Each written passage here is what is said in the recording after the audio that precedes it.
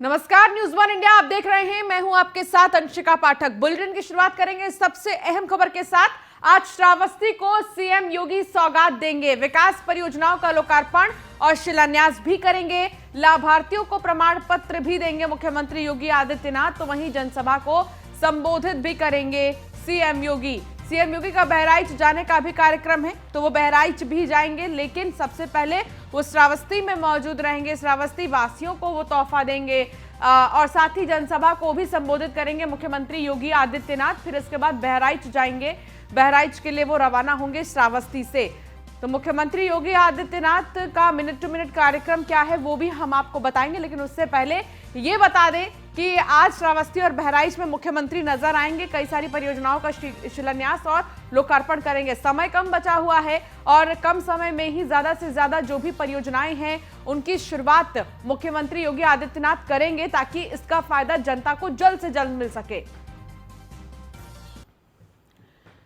तो सीएम योगी जो है सौगात देंगे श्रावस्ती और बहराइच को, और ऐसे में वो क्या सौगात होंगी, क्या मिलेगा श्रावस्ती को, ये हम आपको ग्राफिक्स के जरिए बता देते हैं। तो श्रावस्ती और बहराइच को सौगात देंगे मुख्यमंत्री। श्रावस्ती को 390 करोड़ की सौगात देंगे मुख्यमंत्री योगी आदित्यनाथ। तो वहीं 87 विकास परियोजनाओं का वो लोकार्पण और शिलान्यास भी करेंगे। बहराइच को 221 करोड़ की सौगात मुख्यमंत्री योगी आदित्यनाथ देने वाले हैं। आज 144 विकास परियोजनाओं का लोकार्पण और शिलान्यास भी मुख्यमंत्री करेंगे। तो श्रावस्ती और बहराइच दोनों के लिए आज का दिन बहुत ही ज्यादा खास है, क्योंकि आज तोहफा मिलेगा मुख्यमंत्री की तरफ से। श्रावस्ती और बहराइच दोनों को ही कई सारी ऐसी परियोजनाएं हैं जिनका शिलान्यास और लोकार्पण मुख्यमंत्री योगी आदित्यनाथ करेंगे। मुख्यमंत्री योगी आदित्यनाथ ये चाहते हैं कि जितना भी समय बचा हुआ है उनके कार्यकाल का, उसके पहले ही सारे काम निपट जाएं, उसके पहले ही जितनी भी तमाम परियोजनाएं हैं उसका लाभ जनता को मिले। क्योंकि जो वादे किए गए हैं, मैनिफेस्टो में जो वादे किए गए हैं, जिन जिन चीजों को लेकर उसकी शुरुआत तो कर दी गई थी काम की, लेकिन जिस तरीके से उनका उद्घाटन अभी तक नहीं हुआ था, उनका लोकार्पण नहीं हुआ था, तो ये भी आज मुख्यमंत्री योगी आदित्यनाथ कर देंगे। तो श्रावस्ती और बहराइच का दौरा है मुख्यमंत्री योगी आदित्यनाथ का। आज जो श्रावस्ती और बहराइच में दिखने वाले हैं, श्रावस्ती को भी वो सौगात देंगे, तो वहीं वो बहराइच को भी सौगात देंगे। अश्विनी द्विवेदी हमारे साथ, हमारे संवाददाता जुड़ गए हैं, लाइव उनसे बातचीत करेंगे। अश्विनी, आज मुख्यमंत्री योगी आदित्यनाथ का जो दौरा है वो कई मायनों में खास है। श्रावस्ती और बहराइच दोनों का ही दौरा है, और दोनों ही जिले में अगर देखा जाए तो मुख्यमंत्री कई सारी परियोजनाओं का लोकार्पण और शिलान्यास करेंगे।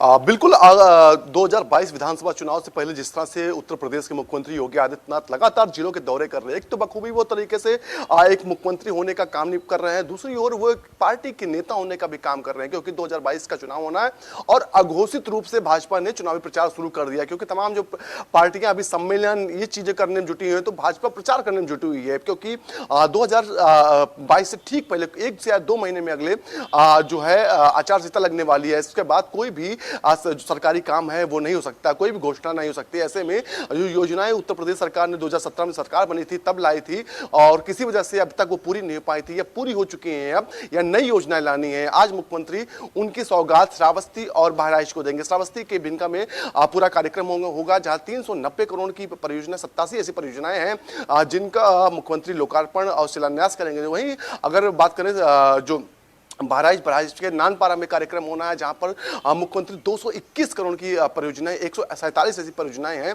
144 ऐसी परियोजनाएं हैं जिनका लोकार्पण शिलान्यास करेंगे। निश्चित तौर पर 2022 विधानसभा चुनाव से पहले उत्तर प्रदेश में भाजपा ने काम करना शुरू कर दिया है। दोनों डिप्टी सीएम एक आज दौरे पर हैं, दिनेश शर्मा हैं जो फरक्काबाद के दौरे पर हैं, जो प्रयागराज जो दूसरे हैं केशव प्रसाद मौर्य वो हैं प्रयागराज के दौरे पर।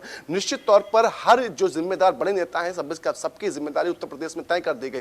मुख्यमंत्री तो पहले से ही लगातार तमाम जिलों के दौरा कर चुके हैं, और आने वाले दिनों में लगभग जो जिले बचे हुए हैं उनका भी दौरा करेंगे। निश्चित तौर पर इस दौरान वो समीक्षा बैठक भी करते हैं, तमाम योजनाएं हैं उनकी जानकारी लेते हैं, जो जनता आती है उससे सीधा संवाद करते हैं, पूछते हैं कि सरकार की तरफ से जो योजनाएं आई थी, केंद्र सरकार की ओर से जो योजनाएं आई थी वो कितनी पहुंची। अगर कहीं शिकायत मिलती है मुख्यमंत्री को, निश्चित तौर पर वहां पर जो अधिकारी होते हैं उनको फटकार भी मिलती है। निश्चित आज एक बार फिर मुख्यमंत्री जो श्रावस्ती और बहराइच के दौरे पर है, तो वहां की जनता के लिए आज एक बार फिर पिटारा खुलेगा। जी बिल्कुल आप ठीक कर रहे हैं कि यहाँ पर श्रावस्ती और बहराइच की जनता के लिए जो है पिटारा खुलेगा। चलिए आप बने रहिए अश्विनी हमारे साथ, हम आगे भी आपसे अपडेट लेंगे। तो आपको बता दें कि आज दौरा तो है श्रावस्ती और बहराइच का मुख्यमंत्री का, लेकिन कई मायनों में ये दौरा खास बताया जा रहा है। आगे बढ़ते हैं। बीजेपी का सामाजिक संपर्क अभियान आज से शुरू है। पंचायत भवन से सीएम योगी अभियान की शुरुआत करेंगे। प्रदेश में 31 अक्टूबर तक 27 सम्मेलन होंगे आयोजित। सुबह 11 बजे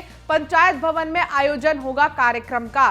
तो पंचायत भवन में कार्यक्रम का आयोजन होगा। प्रदेश में 31 अक्टूबर तक 27 सम्मेलन आयोजित होंगे और सुबह 11 बजे पंचायत भवन में इस कार्यक्रम की शुरुआत होगी। मुख्यमंत्री योगी आदित्यनाथ भी रहेंगे। बीजेपी का सामाजिक संपर्क अभियान आज से ही शुरू है। तो सामाजिक संपर्क अभियान क्या है और इसका उद्देश्य क्या है, ये भी चलिए आपको बताने की हम कोशिश करेंगे। तो बीजेपी की सामाजिक संपर्क अभियान में आज से बीजेपी की सामाजिक संपर्क अभियान की शुरुआत है। इस अभियान के जरिए ये कोशिश होगी कि ज्यादा से ज्यादा लोगों से संपर्क बनाएं, संवाद करें। 31 अक्टूबर तक सामाजिक संपर्क अभियान चलेगा। 31 अक्टूबर तक 27 सामाजिक सम्मेलन होगा और इस सम्मेलन के जरिए एक मजबूत संदेश जनता तक पहुंचाने की कोशिश भारतीय जनता पार्टी करेगी। सरकार की योजनाओं को लेकर लोगों से संवाद करेगी कि जो भी योजनाएं हैं सरकार की, उनका लाभ कैसे जनता उठा सकती है। इतना ही नहीं, वरिष्ठ नेता सम्मेलनों के माध्यम से संवाद करेंगे। जितने भी वरिष्ठ नेता हैं पार्टी के, वो सम्मेलन करेंगे और इस सम्मेलन के माध्यम से ही संवाद जनता से करेंगे। तो सामाजिक संपर्क अभियान क्या है, ये हम आपको ग्राफिक्स के जरिए दिखा रहे हैं, बता रहे हैं। और इस अभियान की अगर हम बात करें तो इसका मकसद जो है ज्यादा से ज्यादा लोगों से जुड़ना, ज्यादा से ज्यादा लोगों से संवाद करना, बातचीत करना और सरकारी योजनाओं के बारे में जनता तक जानकारी पहुंचाना। अश्विनी हमारे संवाददाता लगातार हमारे साथ जुड़े हैं। अश्विनी, सामाजिक संपर्क अभियान सबसे पहले तो विस्तार से समझना चाहेंगे कि है क्या, आखिर इसका मकसद क्या है, उद्देश्य क्या है। इसके अलावा लखनऊ में किस तरीके की तैयारियां हैं सम्मेलन को लेकर? बिल्कुल, उत्तर प्रदेश में भाजपा आज से सामाजिक संपर्क अभियान शुरू करने जा रही है। आज जो है पिछड़ा वर्ग से जुड़े लोगों के साथ ये सम्मेलन की शुरुआत होगी, जिसमें मुख्यमंत्री योगी आदित्यनाथ शिरकत करेंगे। उत्तर प्रदेश के जो भाजपा प्रदेश अध्यक्ष देव सिंह रहेंगे। तमाम जो ओबीसी बड़े चेहरे हैं, चाहे स्वामी प्रसाद मौर्य हो या तमाम धर्मवीर प्रजापति हो, ऐसे तमाम चेहरे हैं जो उस दौरान मौजूद रहेंगे। निश्चित तौर पर इस दौरान जो लोग आएंगे उनको कहीं ना कहीं बताया जाएगा कि उत्तर प्रदेश सरकार ने क्या काम किया। साथ ही साथ जो पिछड़ा वर्ग के लोग हैं वो ज्यादा से ज्यादा किस तरह से अपने साथ जोड़े जाएं, जिससे 2022 में एक बार सरकार बने। क्योंकि आप अगर बात करें पिछड़ा वर्ग की, तो उत्तर प्रदेश में सबसे ज्यादा वोट बैंक पिछड़े वर्ग का ही है। अगर पिछड़ा वर्ग एक बार किसी भी ओर मुड़ता है तो निश्चित तौर पर कहीं ना कहीं उस पार्टी को सत्ता में आने से कोई नहीं रोक सकता है।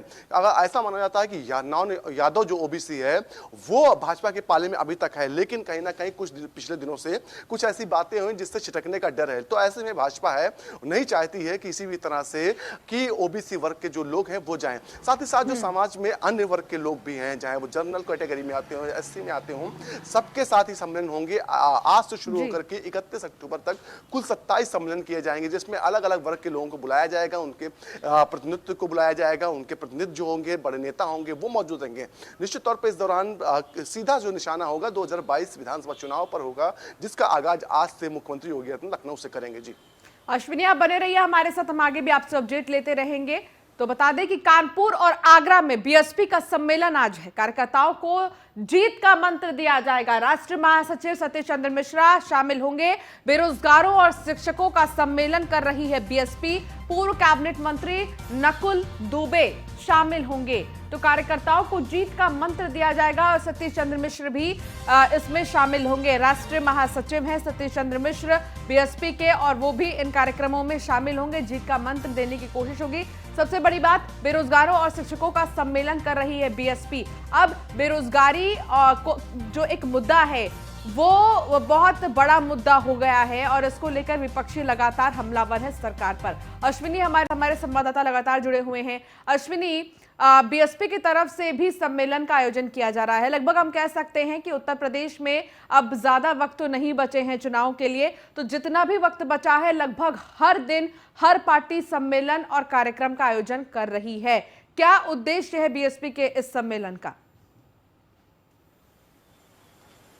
बिल्कुल जिस तरह से अभी कुछ दिन पहले ही ऐसा माना जा रहा था कि जो विधानसभा चुनाव होने हैं उसमें बीजेपी जो बीएसपी है बसपा है वो साइडलाइन है, लेकिन कुछ हाल ही में एक बड़ी रैली करके मायावती ने लोगों को सचेत कर दिया कि बसपा में अभी ताकत बची हुई है और वो पलटवार कर सकती है। निश्चित तौर पर उसके बाद लगातार जो सम्मेलन का दौर शुरू हो गया पार्टियों के, तमाम जो पार्टियां हैं, क्योंकि बसपा को भी अब रनिंग में माना जा रहा है। इससे पहले देखा गया कि उत्तर प्रदेश में बसपा ने जो तमाम प्रबुद्ध जन सम्मेलन किया, तमाम अन्य सम्मेलन किए, अपना जो दलित वोट बैंक था उसको साधने की कोशिश की। अब इन सबसे निकल के वो सामाजिक रूप से सबको संगठित करना चाहती है, जिसमें बेरोजगारी एक मुद्दा है जिसको लेकर के मायावती कई बार ट्वीट कर चुकी हैं, कई बार सरकार से सवाल कर चुकी हैं, उनको अपने साथ लाने की कोशिश की जा रही है। क्योंकि एक बड़ा वर्ग होता है जो युवाओं का है, जो बेरोजगार है, युवा जुड़ता है तो निश्चित तौर पर सरकार बनने से कोई नहीं रोक सकता। क्योंकि 2014, 2017, 2019 प्रधानमंत्री ने लगातार युवाओं पर जोर दिया था और उत्तर प्रदेश समेत केंद्र में सरकार बनी।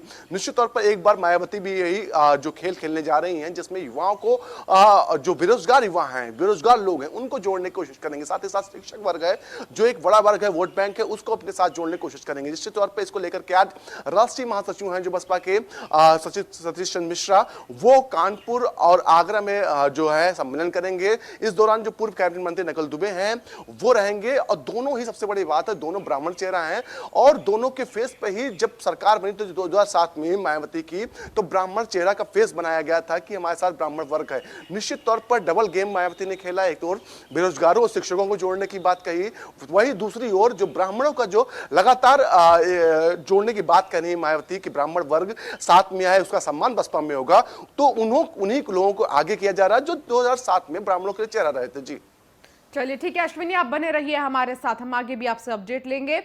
तो यूपी की अगर हम बात करें तो यूपी में लगातार जो चुनावी माहौल है वो देखा जा रहा है। चुनाव को लेकर कैसे हर कोई अपनी अपनी तैयारी में जुटा हुआ है। पूर्व कैबिनेट मंत्री नकुल दुबे शामिल हो सकते हैं। कानपुर और आगरा में बीएसपी का सम्मेलन आज है और आज इस सम्मेलन में जो राष्ट्रीय महासचिव हैं बीएसपी के सतीश चंद्र मिश्र वो भी पहुंचेंगे। कार्यकर्ताओं को जीत का मंत्र दिया जाएगा और सतीश चंद्र मिश्र क्या कहेंगे आज, ये देखने वाली बात होगी।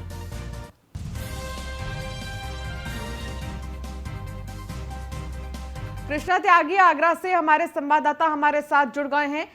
कृष्णा, आज आगरा में बीएसपी की तरफ से सम्मेलन का आयोजन किया जाएगा। सबसे पहले तो कैसी तैयारी चल रही है और आगरा में कौन कौन से आज नेता दिखाई देंगे बीएसपी के?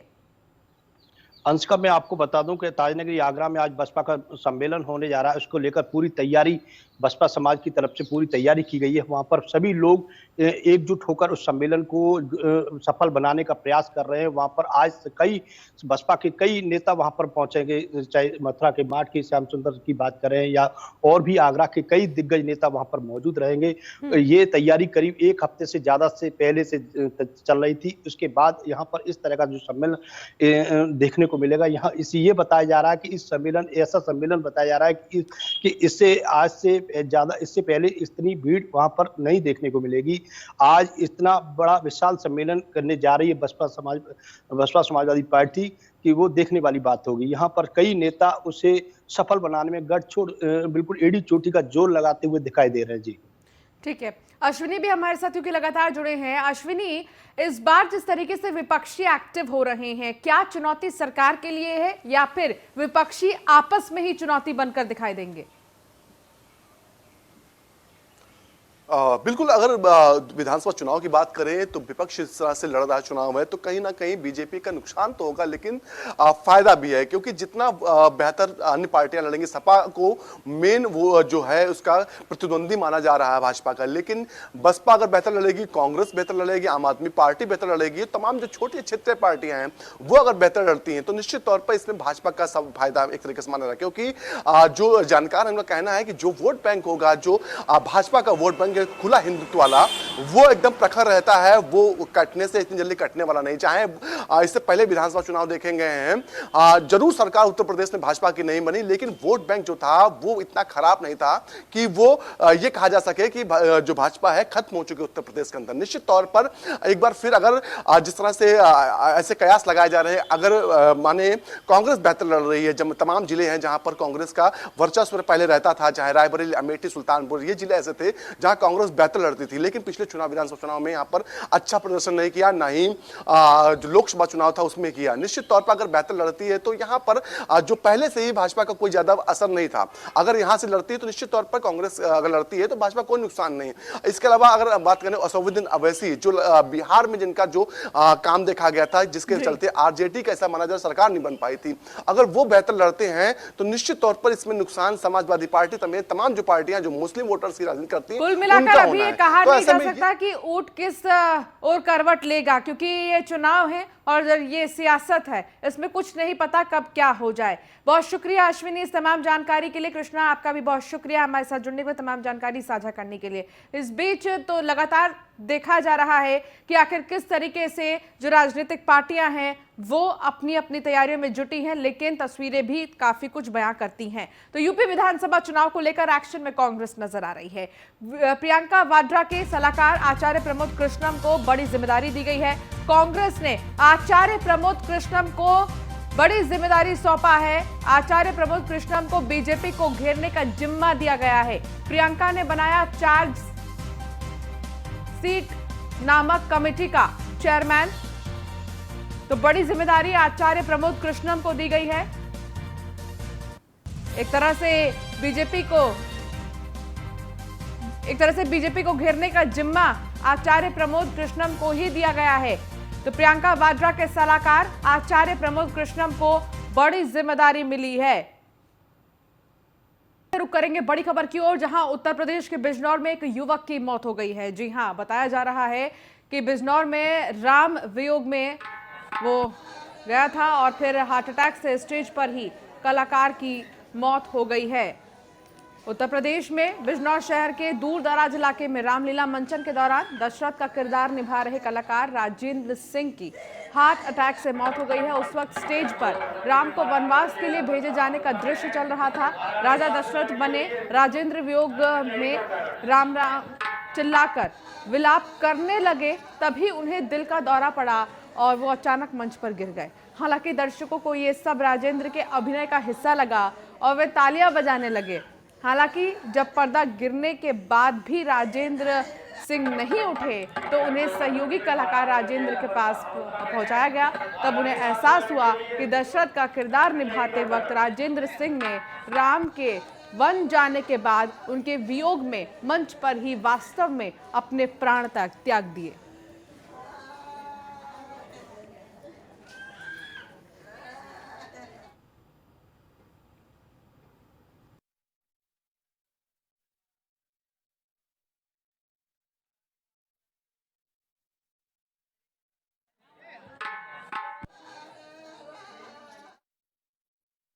हमारे चाचा जी रामलीला मंच पर दशरथ का किरदार करते थे।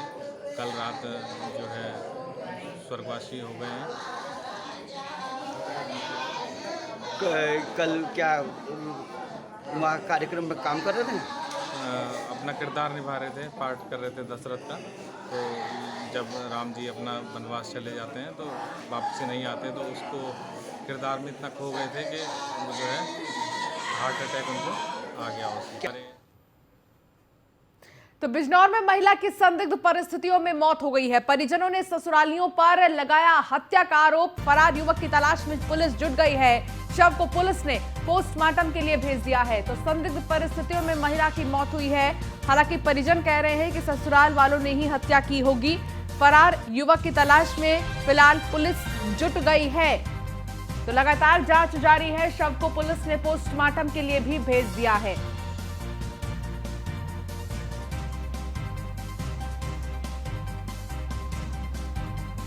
बिजनौर में महिला की संदिग्ध परिस्थितियों में मौत हो गई। परिजनों ने ससुराल वालों पर हत्या का आरोप लगाया है। फरार युवक की तलाश में पुलिस जुटी है और पुलिस ने पोस्टमार्टम के लिए शव को भेज दिया है।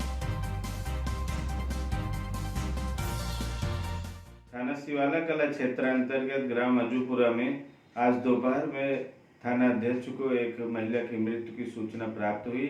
इस सूचना पर थाना प्रभारी मौके पर पहुंचे तो यह पाए कि अंजू नामक महिला की 8 वर्ष पूर्व शादी हुई थी।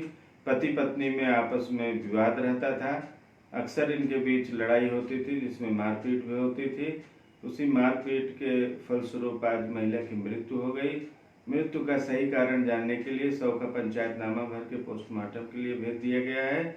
सुसंगत धाराओं में अभियोग पंजीकृत करके अभियुक्त की। तो वहीं फतेहपुर में पीट पीटकर युवक की हत्या कर दी गई। बवाल में आधा दर्जन लोग घायल हुए हैं। पुलिस ने शव को पोस्टमार्टम के लिए भेज दिया है। हत्या को लेकर गांव में तनाव का माहौल बना हुआ है। तो फतेहपुर में युवक की पीट पीट कर हत्या कर दी गई, लेकिन क्यों की गई उसकी हत्या अभी तक ये जानकारी नहीं मिली है। बवाल में आधा दर्जन लोग घायल बताए जा रहे हैं। पुलिस ने शव को पोस्टमार्टम के लिए भी भेज दिया है।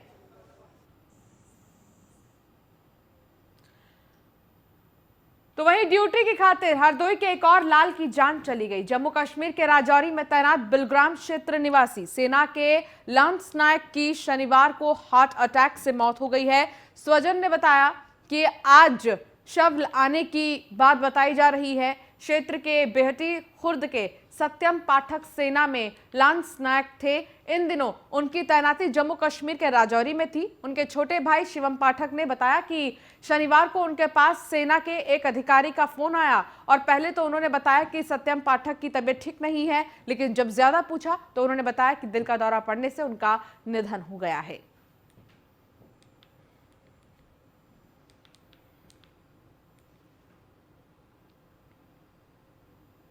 और चलिए फिलहाल इस बुलेटिन में इतना ही। आप बने रहिए न्यूज़ 1 इंडिया के साथ। नमस्कार।